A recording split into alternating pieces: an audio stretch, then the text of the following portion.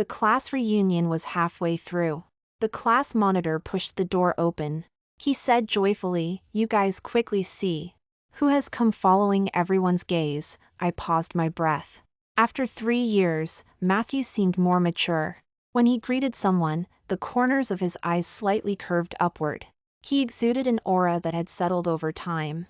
It was said that he was recently named an outstanding young entrepreneur in the city, having already amassed a fortune of over 100 million at such a young age.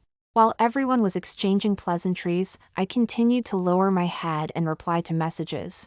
Out of the corner of my eye, I caught sight of Matthew taking a seat in the empty spot diagonally across from me. His gaze lightly swept over me, not lingering for even a moment. I noticed that because he was wearing a black trench coat, the bright white flakes on his shoulder were particularly striking. It turned out it was snowing outside. The phone kept vibrating. The girl sitting next to me couldn't help but tease, "Alice, is that your boyfriend checking up on you so closely?" I instinctively looked to the diagonal front. Matthew was still talking to someone else. The clouds were light, and the wind gentle, as if he were oblivious. I shook my head with a smile and said, "No, it's my mom. She's urging me to go on a blind date next week." Everyone present was around 27 or 28 years old. Some had already started families and careers, while many like me were facing pressure from their parents to get married. A few girls empathized and started to complain. "My mom is urging me to go on blind dates as if she's trying to breed pigs. As long as the gender is right and both pigs look healthy, everything is fine."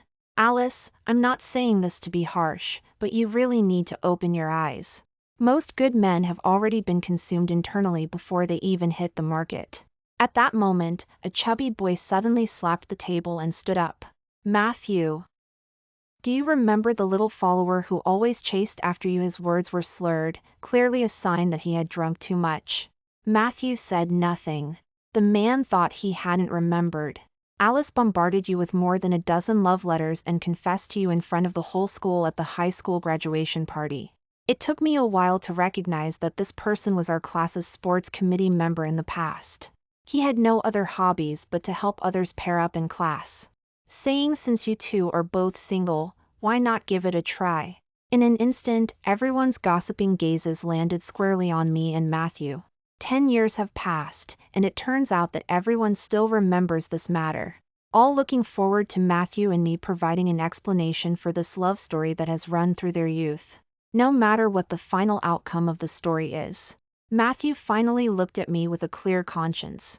As our eyes met, he slowly raised his left hand and smiled without any emotion. "I got married." These 4 words were like thunder on a clear day. Everyone was astonished. "When did you get married, Matthew? Why didn't you inform the brothers? You kept it a secret so well. I haven't seen you post any pictures of your wife on social media." I kept my head down and said nothing. I couldn't understand why Matthew was still wearing this ring. Clearly, we had divorced 3 years ago. Looking back now, it seems inevitable that Matthew and I would end up getting a divorce. Between us, there was no proposal, no wedding, and we didn't even take a single wedding photo.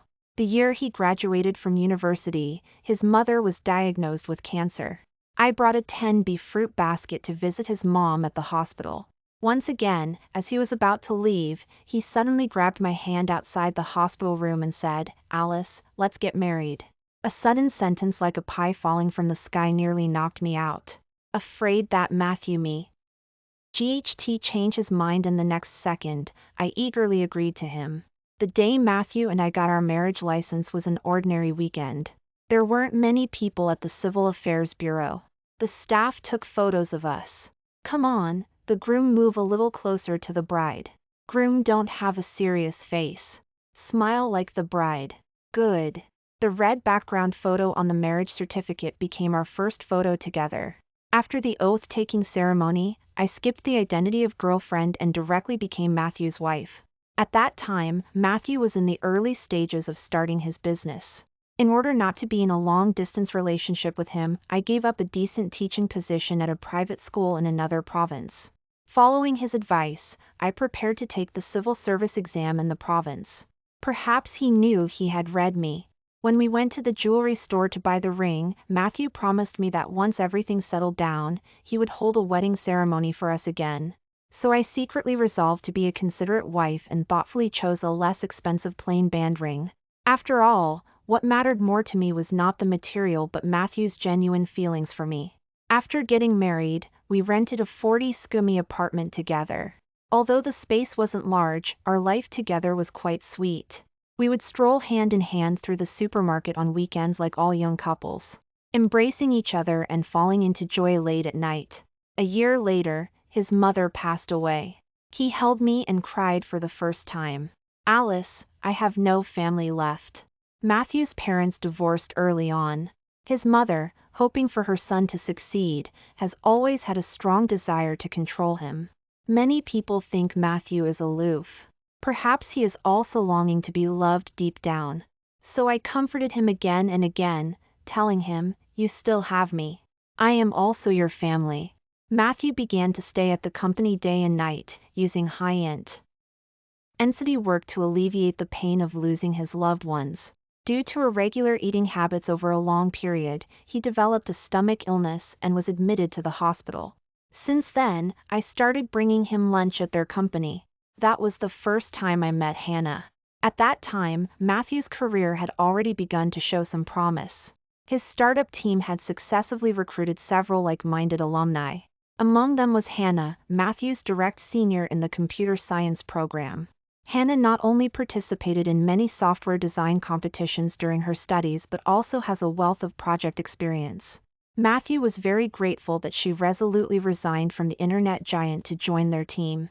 I stood outside the door, holding the thermos, silently listening to them talk about topics I couldn't understand at all. The heated discussion abruptly came to a halt. The two finally reached a consensus on a certain issue. Matthew's eyes sparkled with admiration.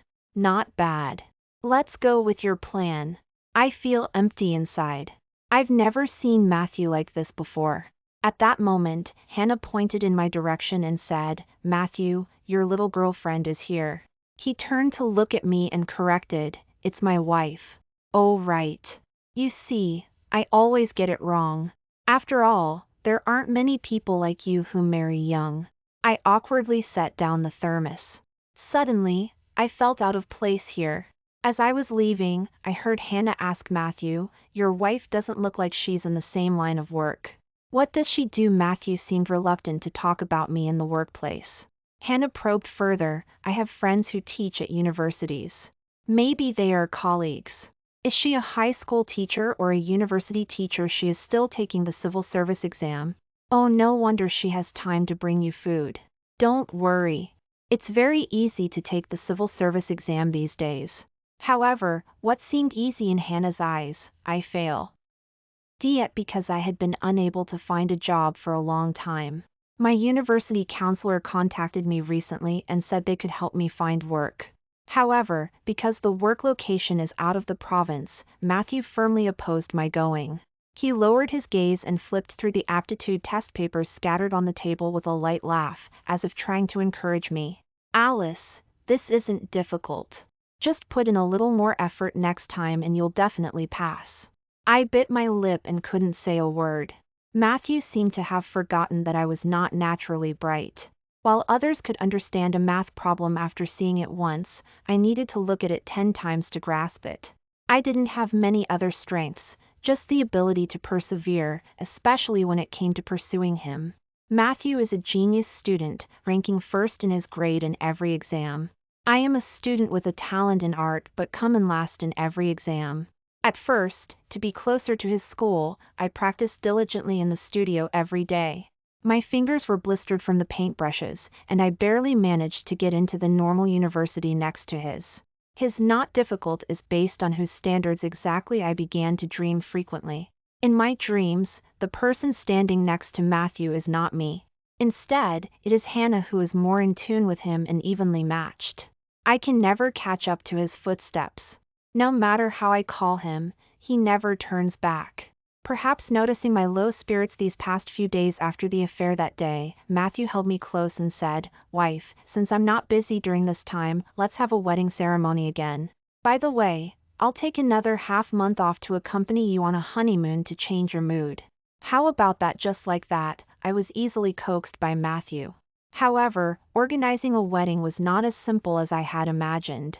Even though we hired a wedding planning company for the venue setup, banquet menu, bridal bouquet, and so on, I couldn't help but worry.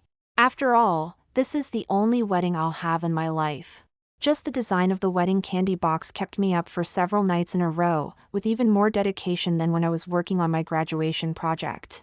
In the evening, I excitedly brought the freshly baked design draft to show Matthew. He quickly looked up from the computer and glanced at it. That's good. Quite nice. I was tangled up with the draft, saying I really can't choose between these two candy boxes. Honey, can you help me? This one has a larger capacity and this one is more exquisite.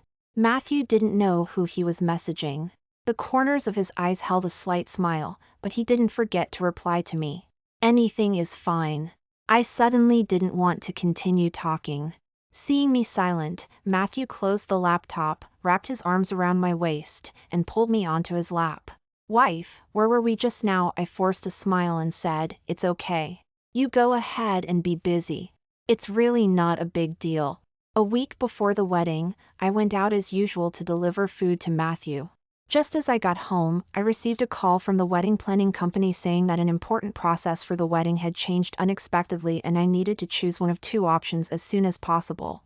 I couldn't make up my mind, and no one answered when I called Matthew.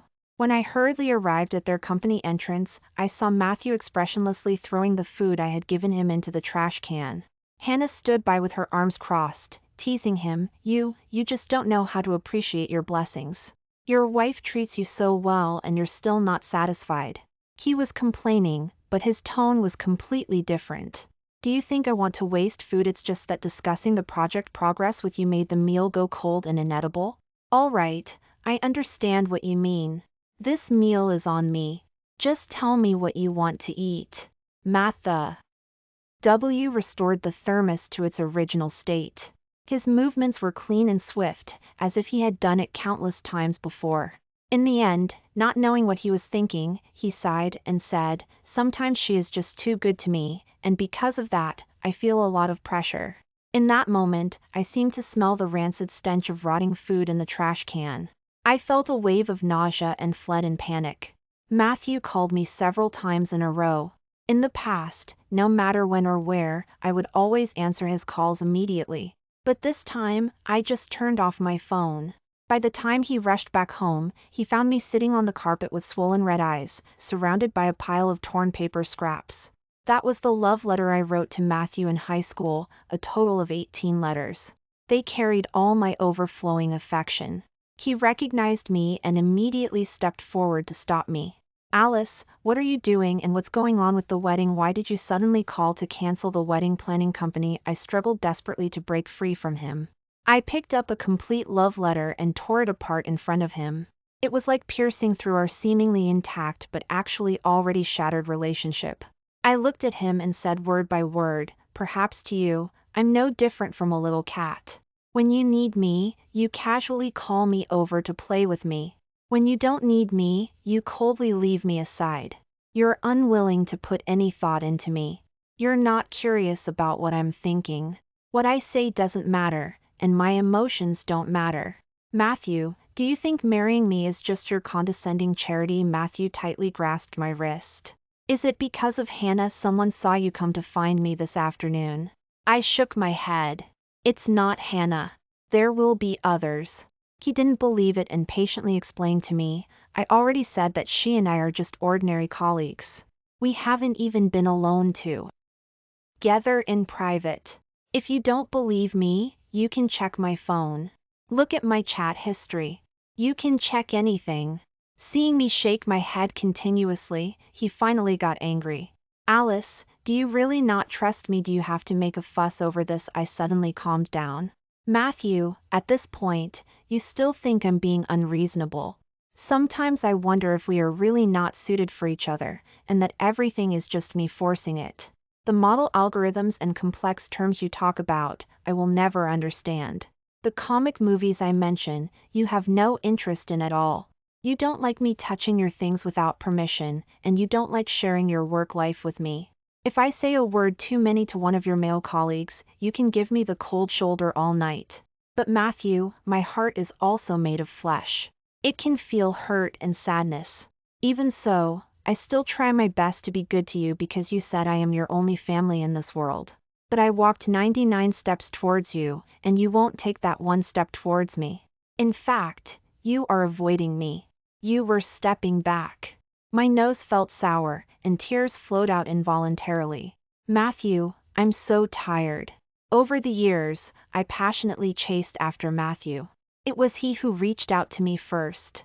It was he who said he wanted to spend the rest of his life with me. I believed him with no reservations. I offered my true heart. Yet the selfless giving was like a stone sinking into the sea, despairing with not a trace of response. I began to feel confused, anxious about gains and losses. I became jealous and ugly. I became nothing like myself. I don't know what meaning this marriage still holds. Under Matthew's gaze, I slowly took off the ring. With all my strength, I forced myself to say those words. Matthew, let's get a divorce. His eyes were red, and his voice trembled a little. Are you sure what a proud person Matthew is? He would naturally not bow to me, nor would he possibly to keep me. I know that.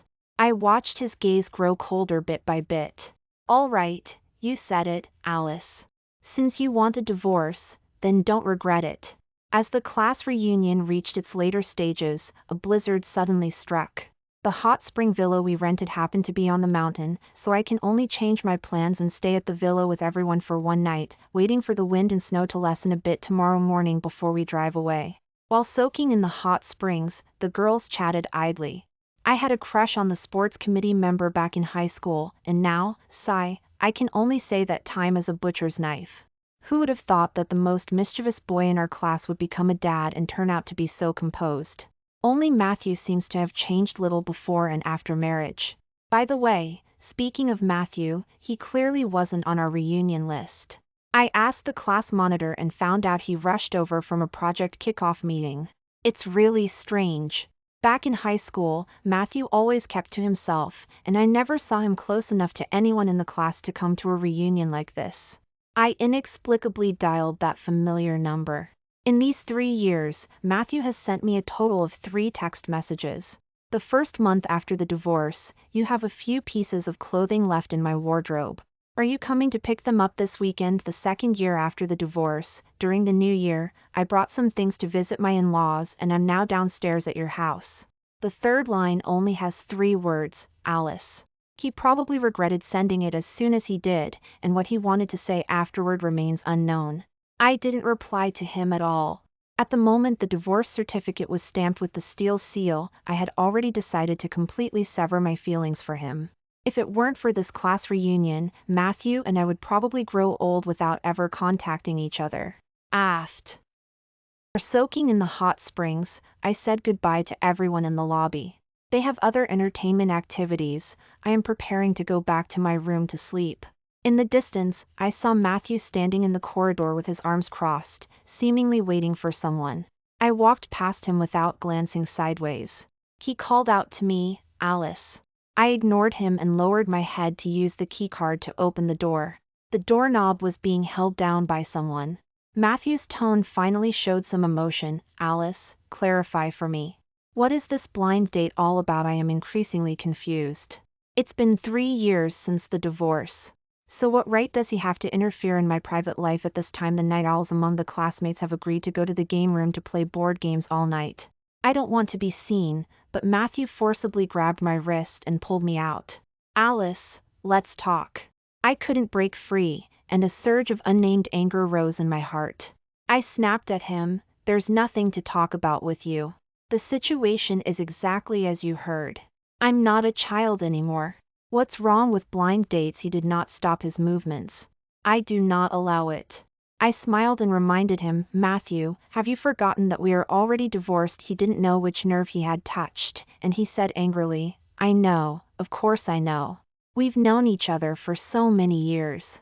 Do I not even have the right to ask a question? I finally shook him off. Before I could say anything, someone else jumped in first. Alice, Matthew, you guys aren't asleep yet. Perfect timing. The class monitor is still in the room talking to his wife. We need a few more people. Want to join us for some fun? I didn't want to continue being entangled by Matthew, so I hurriedly agreed. Little did I know he followed me relentlessly. Truth or Dare segment. A male classmate who isn't very familiar with me drew the chance to ask a question, and I just happened to be E1 facing the punishment. He didn't make things difficult for me, symbolically choosing truth, and asked me where I was working now. I finished speaking, and everyone was surprised. Alice, so you were a teacher at an art training institution first and then were recruited by a student's parent to work as an illustrator for children's picture books at a publishing house. That's like a complete career change. I really admire you. I absolutely hate my current job, but I don't have the courage to start over like you. The class flower who used to like Matthew said sarcastically, what's so admirable about this? It's really impressive when a man and a woman are pulling and tugging at each other in the middle of the night, but I can't do that anyway. Matthew and I came here together, with the class beauty embellishing the story like this. It's hard for everyone not to think more about it. Their gossiping gazes all turned towards me, as if saying Matthew is already taken. How can Alice shamelessly lean towards him? I looked at Matthew and waited for him to explain the truth to everyone, but all he responded to was silence. Maybe it's because he's still angry, so he wants to punish me in this way, or maybe in his opinion, marrying me is a very difficult thing to talk about and lose value, so he used to be unwilling to bring me into his circle, nor would he introduce his friends to me. I have no doubt that if I hadn't called him hubby in their company back then, he wouldn't have even publicly acknowledged our relationship to his colleagues. Later, the class monitor came over to liven up the atmosphere again. When we played a game that I had and you didn't, the mood gradually heated up. In order to avoid punishment for drinking, everyone loosened up when it was their turn to speak.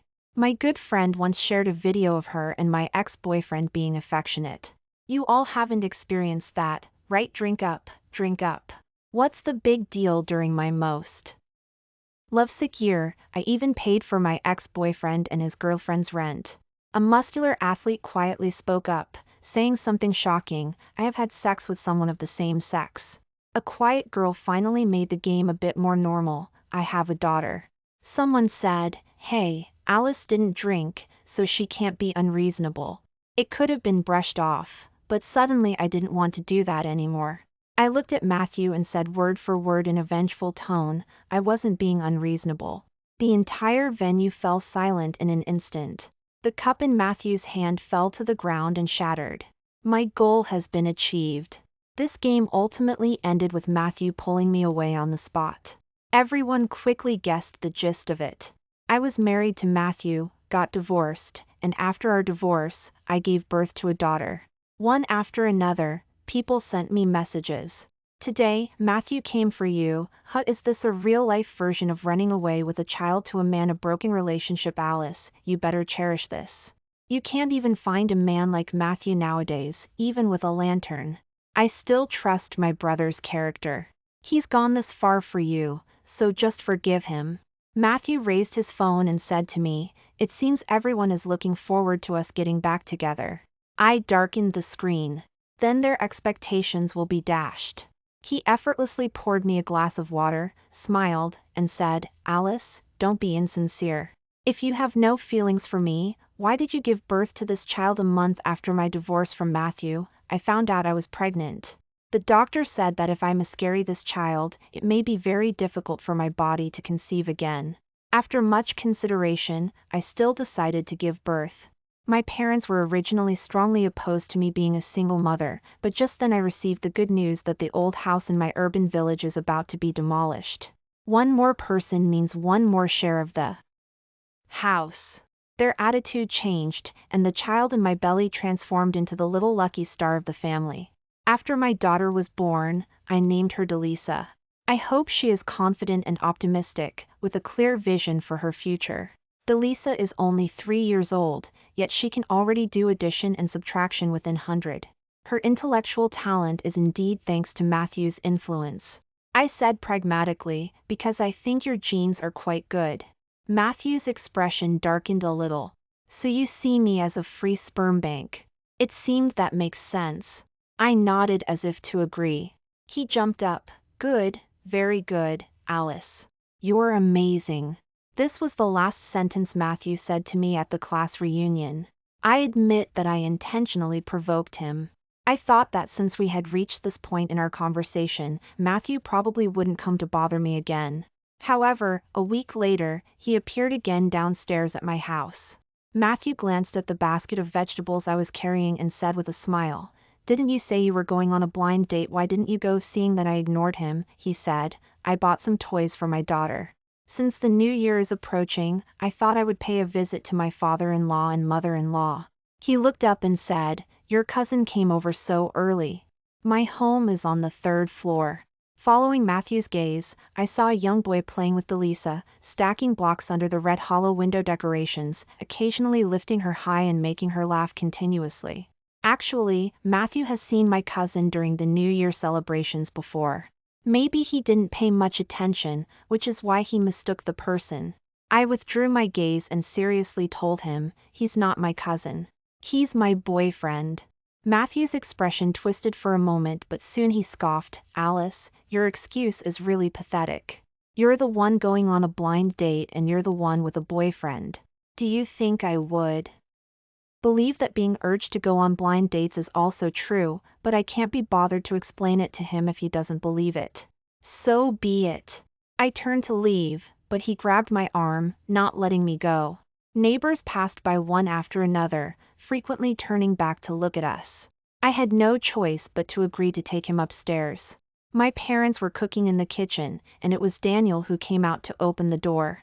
He was wearing a white knitted sweater, and the breath of youthful masculinity came rushing at me. Glancing at Matthew behind me, his smile grew even brighter. "Sister, you're back." Then, without regard for anyone else, he kissed me. Matthew's face darkened on the spot. Daniel was definitely doing it on purpose because he immediately assumed the posture of a proper boyfriend and poured tea for Matthew. "I know you. You're her ex-husband." Delisa was playing with a ride-on toy in the living room. Matthew tried to regain some dignity for himself, picked up the rabbit plush toy from the shopping bag, and squatted down in front of her. "Delisa, I'm Daddy. Come on, call Daddy." Delisa cried out, "Ugh, it's not you. Ugh, whoever is good to Mom, that's my dad." Matthew was beaten to a pulp. Clearly, Delisa hadn't used much strength, yet he sat on the ground as if all the air had been let out of him. Daniel, not one to shy away from trouble, picked up Delisa and while coaxing her, asked, "Delisa, how about I be your daddy?" Delisa gradually stopped sobbing and said in a childish voice, "Okay." In the air, there seemed to be countless tiny sparks. As soon as these two people made contact, it crackled and popped before the atmosphere became more tense. I said to Matthew, "The daughter has finished watching, the things have been delivered. You can leave now." He glanced at Delisa, forcing his voice through gritted teeth, "Alice, are you so eager to drive me away? Can't wait to be sweet with your little boyfriend." At that moment, my mom came out of the kitchen. "It's the new year. Matthew, stay and have lunch with us." Matthew readily agreed. When I went to the bathroom, my mom pulled me aside. Sure enough, she started to persuade me to get back together with Matthew. "Alice, you're still young. Listen to your mom. Marriage requires mutual tolerance and understanding. You don't want someone like Matthew, but others are eager for him. You'll regret it in the future." Didn't you say that after Daniel's holiday, you're going abroad to study? Are you really going to have a long-distance relationship after that? Do you honestly think that with the age difference between you and him, plus a daughter, you can have a future? I see that Matthew is interested in getting back together with you. I'm not pushing you to go on blind dates anymore. Think it over carefully, not just for yourself but also for Delisa. Look, everyone, including my parents, thinks I'm being foolish. They don't understand why I have to divorce Matthew when he hasn't made any fundamental mistakes in our marriage. I don't understand why when Matthew achieved success and turned back to ask me to reconcile, I still held on to my own views. In their eyes, Matthew is the smart top student, a successful son-in-law, a compatible colleague, and a wealthy boss. In my life, he is a cold and selfish husband. Daniel is different. He is the first to let me experience another possibility of intimacy. It turns out that love can also be equal, healthy, and passionate. The first time I met Daniel was in a bookstore. Every weekend, I loved to hang out there, watching the little kids engrossed in my picture books, my heart filled with happiness. However, a big friend came that day. In the past, when I casually doodled, Matthew had told me more than once, "Alice, how old are you now? Why are you still so childish?" Therefore, I naturally feel a sense of shame about adults reading my children's picture books. But this boy in front of me seems to really like them. He even bought my entire set of picture books directly. Because of this, I remembered him later. He came to intern at our publishing house. I then learned that his name was Daniel, a senior majoring in English literature at Matthew's school.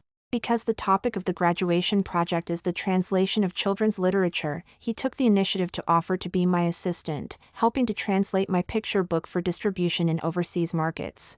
Daniel seems to always understand some of my strange ideas, for example, the story of a rabbit without ears finding an egg or the story of a crocodile born into a duck family.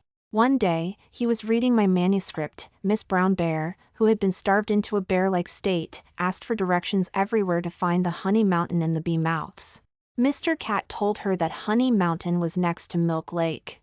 Miss Dog told her it was near Bone Tower, and Aunt Crow said she had to cross Bread Bridge, and so on. He suddenly realized, so there really is no Honey Mountain. Miss Brown Bear was deceived. I bit my pen, my thoughts wandering freely. Perhaps it really exists as long as she keeps climbing and climbing all the way to the highest hill. The summer internship ended, and Daniel began to pursue me directly. Upon learning that I have a daughter, he did not back down but said, "What I like is your interesting soul, regardless of age or any other identity." I already knew that Daniel was going abroad to study, so from the very beginning, I had no intention of being with this boy who was 5 years younger than me. Until he said he was willing to stay for me, I refused even more sternly. So he settled for a compromise, then let's be together until the winter break. Sister, I don't ask for too much, just give me 3 months. He said with a hint of bitterness, "You are my first love." It's hard to say the words of rejection. In fact, I know in my heart that I've long been moved by him, so I agreed to give him 3 months, just enough for us to leave no regrets. After dinner, my mom and dad took Delisa out for a walk. Daniel mysteriously pulled me into the bedroom and handed me a photo. "Sister, look at this. Does it count as my exclusive wedding dress photo? Half a month ago, a friend dragged me to a photo studio to take artistic photos. During a break, Daniel came to get me. He borrowed a veil from the neighboring studio and quietly pinned it in my hair. At that moment, I knew nothing. He called out to me, and at the moment I turned around, he pressed the shutter. I have never told Daniel about the details of my relationship with Matthew. Naturally, he wouldn't know that this is the first wedding photo of my life. The girl in the photo has light in her eyes, her smile bright and radiant. It turns out that love, this kind of thing, really escapes from the eyes. Even when you cover your mouth in a moment of distraction, Daniel leaned against the corner of the table and awkwardly kissed me. Feeling my response, he accidentally bumped his knee against the chair. Matthew's voice suddenly rang out from outside the door, "Alice, what are you all doing?" The fervor of Daniel and me kissing in the room, the sound of knocking on the door outside was relentless. At this moment, I only have one thought: why hasn't Matthew left yet? It's so annoying. Later, the sound of Matthew knocking on the door became almost disturbing. Only then did Daniel let go of me. He unlocked the door and impatiently licked his lips. "My sister and I are in a serious relationship."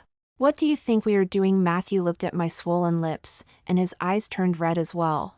He pushed Daniel aside without a care and stormed into my bedroom. On the bookshelf directly in front of my door, there is a full row of English picture book proofs that just arrived. My name and Daniel's are written side by side in the most prominent position. He averted his gaze as if escaping and then saw the photo on the tab. "Lou." He stared blankly at my dazzlingly bright smile in the picture for a long time before finally speaking. "This is still the first time I've seen him so humble, Alice. I heard your conversation with your mother-in-law. Your little boy boyfriend is about to go abroad, and Elisa is still young. She can't grow up in an environment lacking a father's love. I know you're still in the honeymoon phase and can't hear my words. That's fine. I can wait for you to break up. Daniel scoffed. Wake up. She hasn't loved you for a long time. Even if you want to be the third party for love, she wouldn't care. Matthew didn't bother me again until after the new year. Just the day before yesterday, Daniel had already flown to the United States to study.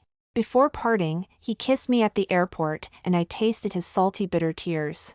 He whispered softly in my ear, "Thank you, sister, for the 3 months you gave me. I am very happy.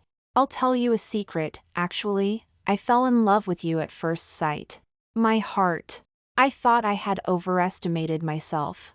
I was far from being able to say goodbye to him as calmly as I had imagined, but I must pull myself together and prepare to go to Bologna, Italy, for the award selection at the International Children's Book Fair. Little did I know that shortly after getting in the car, Matthew started calling me non-stop. When I got to the 10th call, I couldn't help but pick up and scold him. "Matthew, what the hell are you doing again?" he growled. "Alice, you can't leave. Stop the car." I couldn't understand his nonsensical words. I glanced up at the rearview mirror and froze. Matthew was driving his black SUV and was actually crazily chasing my car. "Matthew, what are you doing? Are you crazy?" He slammed the steering wheel and overtook a small car. "I'm crazy, and you will stay for me." Before the words fell, a loud noise came from behind. The rearview mirror no longer reflected the shadow of the black SUV. I quickly asked the driver to pull over and park. Matthew indeed had an accident. Fortunately, the situation of the car crash was not serious. Matthew swerved sharply to avoid a pedestrian and crashed into the guardrail. I finished calling 112 for him and was ready to leave. Little did he know, he hurriedly pushed open the car door, his legs giving way as he knelt on the ground. His forehead was bleeding, yet he grabbed me tightly. His eyes, filled with desperation like a dog no one wanted, said, "Alice, I regret it. I've regretted it for a long time. Please don't go with him." "Okay." I just realized that Matthew seems to have misunderstood something, but he quickly fainted and was lifted onto a stretcher by the arriving ambulance. Of course, I still left. After all, this competition and award are crucial for me. A week after I returned to the country, out of humanitarianism, I symbolically visited him in the hospital. Matthew's leg is broken, and his head is wrapped in bandages. Sitting on the bed, he weakly asked me, "You're back. Where's your little boyfriend?" I said calmly, "We broke up." He didn't hold the cup steadily, and water spilled onto the quilt, soaking a patch. Matthew lightly said, "Oh," but his spirit instantly lifted, and the joy in the corners of his eyes and brows was impossible to hide. A couple of days later, I received a call from the nurse's station after work. "Hello, is this Mr. Matthew's family member? The patient has rehabilitation scheduled for today and needs a family member to accompany him." Since then, I received several similar calls every week. I've even learned to respond quickly with "Okay, got it." I have seen Matthew's film, and logically speaking, his fracture shouldn't be serious, yet it hasn't healed for a long time. To this end, my mom specially stewed some pork bones for me to bring to him as a supplement. But my mom seems to have come to a conclusion and decided to take multiple approaches for my marriage. Recently, she has been planning to introduce me to the son of an old classmate. Upon learning that this blind date was a doctor and worked right next to the building where Matthew was hospitalized, I did not refuse it. Just happened that I had something I wanted to verify as well. I specifically chose the coffee shop downstairs from the hospital building as the blind date location. Dr. Song is 3 years older than me. He had a wife who passed away due to complications during childbirth. For all these years, he has been unwilling to remarry, and it was only out of pressure from his parents that he reluctantly agreed to meet me. I finally felt at ease, no longer burdened by my thoughts. Not long after, Matthew's call came through. "Alice, why didn't I see you in the rehabilitation department? Where have you been?" I calmly took a sip of tea and said, "I'm meeting someone for a blind date at the cafe downstairs. I'll be there later." Then I opened the stopwatch timer on the phone. As the digital display rolled to 4 minutes and 32 seconds, Matthew appeared, panting and leaning on his cane. I had calculated in advance that for someone with mobility issues, this distance would take at least 10 minutes to walk. Matthew's fracture had indeed healed a long time ago. He had been pretending all along. I glared at him, raising the timer, and said sarcastically, "Wow, is a medical miracle happening?" He suddenly clutched his stomach, his voice faint. "Alice, I don't feel very well." I no longer believe his words. "Matthew, the same trick is good enough once or twice." His lips turned pale as he reached out his hand towards me, but before he could touch me, he collapsed to the ground. Matthew has had a stomach problem for several years. I repeatedly remind him, but he still doesn't eat on time. Now it's good. I finally developed stomach cancer. Fortunately, it's in the mid-stage, so it's not beyond the reach of medicine yet. After the surgical removal of part of the lesion, Matthew seemed to have aged significantly in an instant. When I and to see him, he was lying in bed, staring at the ceiling, and murmuring, "These days, it seems like I've suddenly understood a lot of things. My heart seems to have been sick for a long time. I always want to push you away again and again to validate your love. Yet when you hold me tightly, I don't believe I deserve to be loved. So I retreat time and again, fall silent time and again, completely hurting you." As he spoke, he began to choke up. "Alice, these years have been my fault. I was too wrong. This is all my retribution. It's what I deserve. I deserve it. I should die." Even though Matthew had deeply hurt me before, at this moment, I did not feel the satisfaction of revenge. On the contrary, my heart felt like it was weighed down by a stone. I waved my hand and said, "All right, just focus on your treatment and don't think too much." Matthew pointed to the iron box under the bed, gesturing for me to open it and take a look inside. There were 18 love letters, all stiffly taped together with clear adhesive tape. "Alice, I fixed them. I thought I could fix them." I took out one of the letters. I held this tender yet fervent love up to the sunlight. It immediately became riddled with holes. "Matthew, look. No matter how hard we try to restore something that has already been broken, there will inevitably be cracks." He sighed deeply. "Yes, you are right. Perhaps this is the first time Matthew realizes that there is really no possibility between us anymore." As I was leaving the hospital, I unexpectedly ran into an acquaintance. Hannah was pregnant, and her blonde-haired, blue-eyed husband was helping her down the stairs. She recognized me too. After saying a few words to her husband, she walked over to me. "Hi, Alice. Long time no see." 3 years have passed, and I can finally look her in the eyes and greet her naturally, no longer feeling that inexplicable sense of inferiority. It turned out that Hannah took the initiative to leave the company after my divorce from Matthew.